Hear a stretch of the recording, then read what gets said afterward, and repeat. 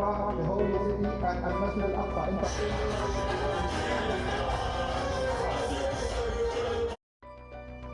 Inilah sosok pemimpin baru Hamas pengganti Ismail Haniyeh, yakni Yahya Sinwar. Pengumuman Sinwar sebagai Kepala Biro Politik Hamas dilakukan pada Selasa 6 Agustus 2024, tepatnya kurang dari seminggu setelah meninggalnya Ismail Haniyeh. Ditunjuknya Sinwar ini pun dinilai sebagai pesan kuat kelompok Hamas ke Israel bahwa mereka akan terus melanjutkan perlawanan. Sebabnya Sinwar merupakan musuh utama Israel yang telah mereka incar sejak serangan pada 7 Oktober 2023. Lalu siapa sebenarnya sosok Yahya Sinwar?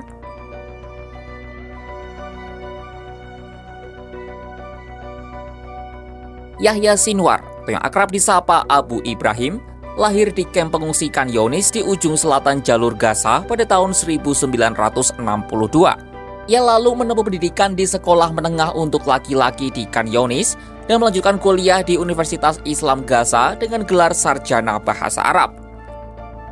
Setelah lulus sarjana, ia ikut membantu membangun jaringan pejuang perlawanan bersenjata yang kini dikenal sebagai Brigade Al-Qassam, sayap militer Hamas.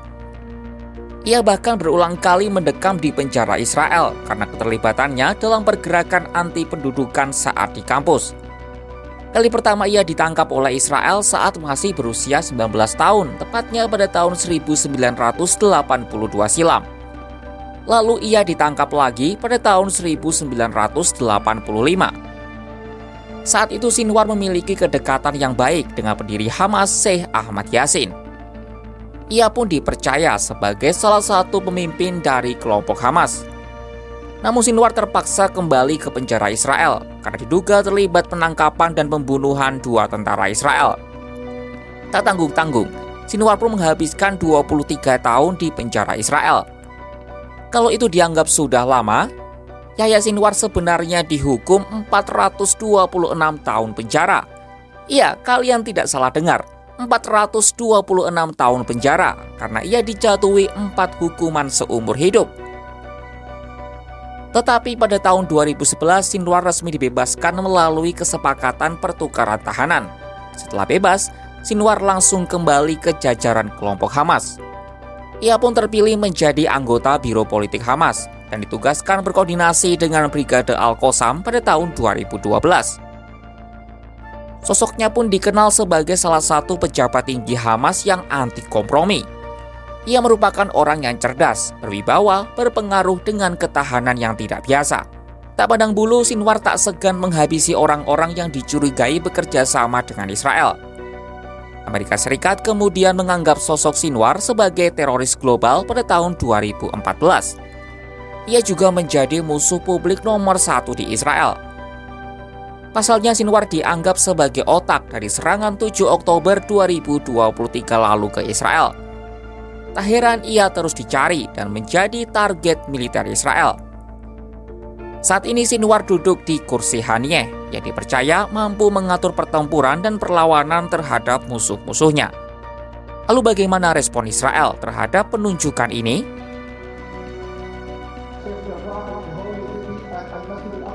Arose in the wake of the Holocaust committed against the Jewish people.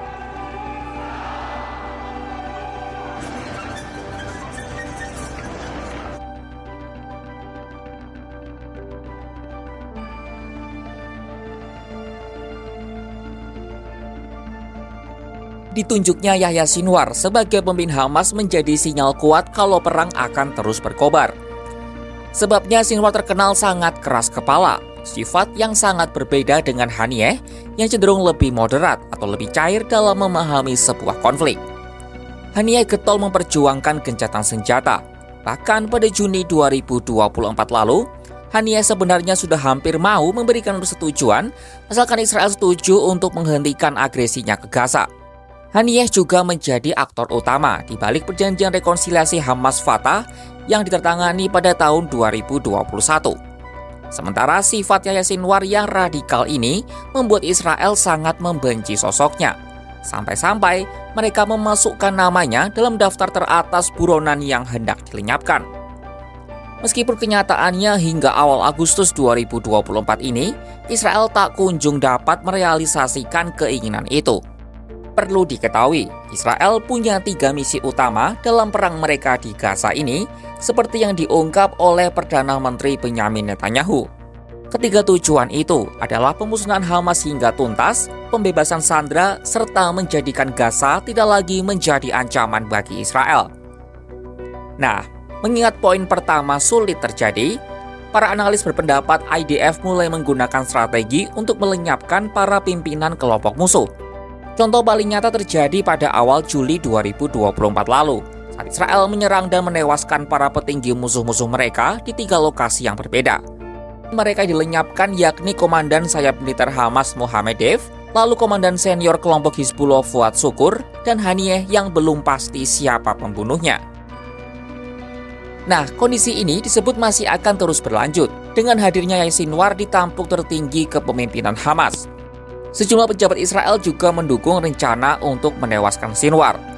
Misalnya seperti yang disampaikan Menteri Luar Negeri Israel, Israel Katz di akun X-nya pada Rabu 7 Agustus 2024. Juru bicara Israel Defense Force atau IDF Daniel Hagari pada Selasa 6 Agustus 2024 bahkan menyebut satu-satunya tempat yang pas bagi Yahya Sinwar adalah di pemakaman. Yahya Sinwar is an archi-terrorist responsible for one of the most horrible terror acts in history, the 7th of October. There is only one place for Yahya Sinwar. It's next to Mohammed Deif, next to Randur, next to Ayman Nofel, next to all the terrorists that were responsible for the 7th of October. This is the only place we are planning for Yahya Sinwar. Ditunjuknya Yahya Sinwar juga diprediksi akan memperumit perjanjian gencatan senjata yang sejatinya sudah rumit. Sejak kesepakatan terakhir pada November 2023, belum ada terobosan gencatan senjata lagi. Artinya sudah 8 bulan lebih. Terhitung hingga kematian Ismail Haniyeh, masyarakat Gaza hidup dalam kondisi krisis kemanusiaan parah. Wafatnya Haniyeh saja sudah membuat rumit, karena seperti dikatakan Perdana Menteri Qatar Mohammed bin Abdurrahman Al Thani, bagaimana mungkin mediasi bisa berjalan sukses kalau satu pihak malah melenyapkan juru runding pihak lain.